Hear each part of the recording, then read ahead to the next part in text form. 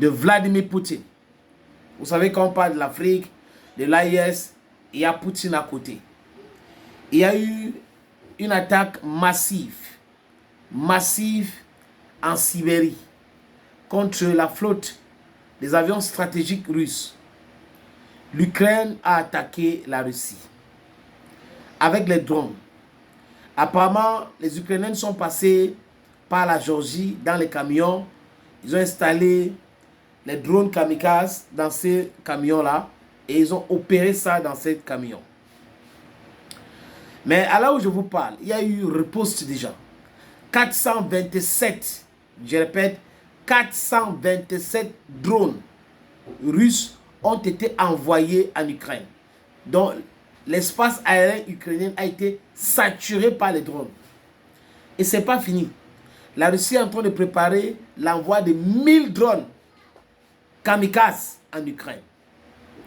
Les plans ont déjà commencé, les pleurs. Et la Russie a appelé le Conseil de sécurité des Nations Unies. Apparemment, les Russes ne veulent pas rigoler. Et certaines personnes ont déjà dit que la Russie est en train de préparer à lancer une arme atomique stratégique. Je répète, la réunion du Conseil de sécurité là, les Russes vont avertir qu'ils vont utiliser l'arme atomique tactique en Ukraine.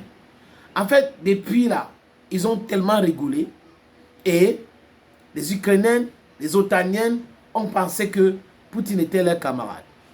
Un seul pays fait face à 40 pays réunis ensemble pour mettre le pays de Vladimir Poutine à genoux. Ils n'ont pas pu. Donc, ça démontre quoi? Que l'OTAN est faible. C'est des faiblards, c'est des roublards, c'est des bavards. Et tous les Africains dignes de ce nom devraient soutenir la Russie. Parce que les Américains ne peuvent pas refuser, comme les missiles, qui vont les menacer ou menacer leur sécurité. Et au même moment, ils sont en train de vouloir installer les missiles pour menacer les autres. Ils se prennent pour qui? Nombril de pape? Les amis. Il y a le Conseil de sécurité aussi de la Russie qui s'est réuni. Parce que les drones ont endommagé les avions stratégiques. Ces avions-là qui portent les armes nucléaires en Sibérie. Est-ce qu'il y a des complexités à l'intérieur? C'est fort probable. Pourquoi est-ce que les services secrets russes aussi n'intensifient pas leurs activités en Ukraine? Ils pensent qu'ils sont supérieurs, c'est par rapport à ça. Mais l'Ukraine n'est pas seule. L'Ukraine travaille avec l'intelligentsia, je parle des services secrets américains, la CIA. Ils travaillent avec les MI6 britanniques, le service secret allemand, le service secret français. Tous ces pays-là travaillent ensemble pour mettre en difficulté la Russie. Mais on n'est pas dupe, personne n'est dupe, les amis. On sait, les Russes savent. Mais comme l'OTAN joue en faveur de la Russie va gagner. La Russie a déjà gagné. Les Otaniens sont en difficulté. C'est pour cette raison qu'ils font tout leur possible pour pouvoir faire des attaques éclairs comme ça. Après, les médias vont commencer. On a fait ceci. Oh, l'Ukraine a fait ceci. L'Ukraine a fait ça. Les Ukrainiens, vraiment, cette attaque. Regardez les chaînes. LCI, BFM, CNews, France 24, tous les autres là. Des chaînes de propagande. Ils sont en train de jubiler. Voilà, c'est une attaque massive. Le but, c'est quoi? C'est pour gagner les territoires? Non. C'est pour gagner la guerre? Non. Ces attaques-là vont amener l'Ukraine où? À la destruction encore. Vous voyez que les Ukrainiens donnent raison à Vladimir Poutine. Quand il discute avec Donald Trump, quand il dit qu'on ne peut pas parler d'un cessez-le-feu de 1 mois sans toutefois régler les causes de la guerre et mettre tout le monde d'accord pour signer un papier, on ne peut pas commencer. Et les Russes ont fait ça en Corée du Nord à l'époque. Il y avait la guerre de Corée. La guerre de Corée. But I don't talk French. Et l'Union soviétique à l'époque avait dit on ne peut pas parler d'un cessez-le-feu, il faut parler de la paix, un traité de la paix. Et la guerre continuait pendant qu'ils étaient en train de discuter la paix. Et à la fin, on a vu qu'il y a eu la paix. C'est la même méthode. Et ce qui est bien avec les Russes, c'est qu'ils sont constants. Ils sont constants, les amis, il faut observer bien. Les Russes ont commencé à parler de cette histoire depuis 2007, je veux dire Vladimir Poutine. Nous sommes en 2025. Poutine n'a pas changé. Il reste constant dans ce qu'il a toujours dit. Mais ceux qui vacillent, ils disent quelque chose aujourd'hui, demain ils vont dire le contraire. Ce sont les Occidentaux. Ce sont les Otaniens. Des gens qui sont dans les guerres illégales, qui veulent détruire tout le monde, qui veulent piller tout le monde, qui veulent polluer les ressources naturelles de tous les pays du monde entier. Et après, ils vont venir donner des leçons. Nous sommes le pays des droits de l'homme.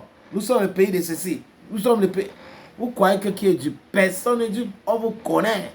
On vous connaît très très bien. Donc, la réponse russe a déjà commencé. Je vous ai parlé tout à l'heure de 427 drones que la Russie a tirés sur l'Ukraine. 7 missiles. 7 missiles ont été tirés sur l'Ukraine. Et tous, désolé les amis, les missiles ont touché les cibles. On n'a pas arrêté ça. Parce qu'on va vous dire, on a tiré sur 7, on a attrapé 6, c'est seulement un qui est passé, c'est faux et archi faux.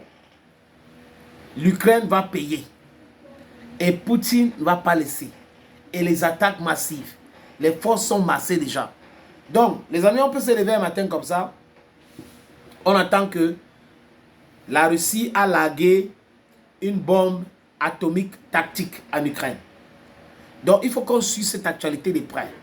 Et ça sera la faute de qui, à qui? Zelensky, Emmanuel Macron, le toxico, Metz, le toxico, Kestem, un autre toxico.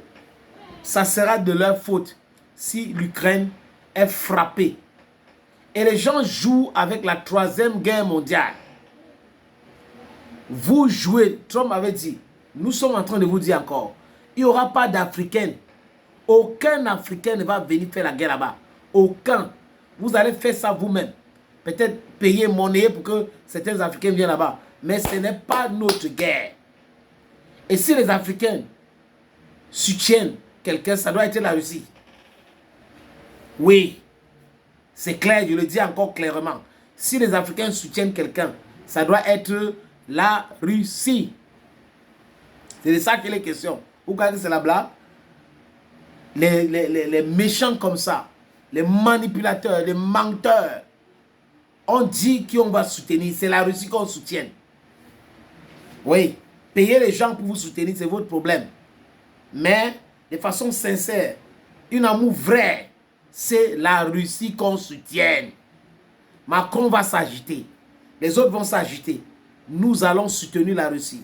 Parce que la Russie est dans la vérité diplomatique. Est dans la réaction réelle. La Russie nous vend les armes au niveau de l'AIS pour combattre le terrorisme. Les terreaux que l'Occident a implantés. Donc on ne peut pas jouer avec la Russie. Nous sommes sincères en amitié et dans les affaires. Nous soutenons la Russie. Les amis, je suis un homme de médias. Mais un homme de médias vrai prend position pour sa patrie, pour son continent. Parce que ceux qui prétendent être libres, équilibrés, autres qui n'arrivent pas à prendre position, ce sont des hypocrites. Ce sont des sell-outs. Je répète, des sell-outs. Voilà, c'est comme ça les amis qu'il faut comprendre ces choses-là.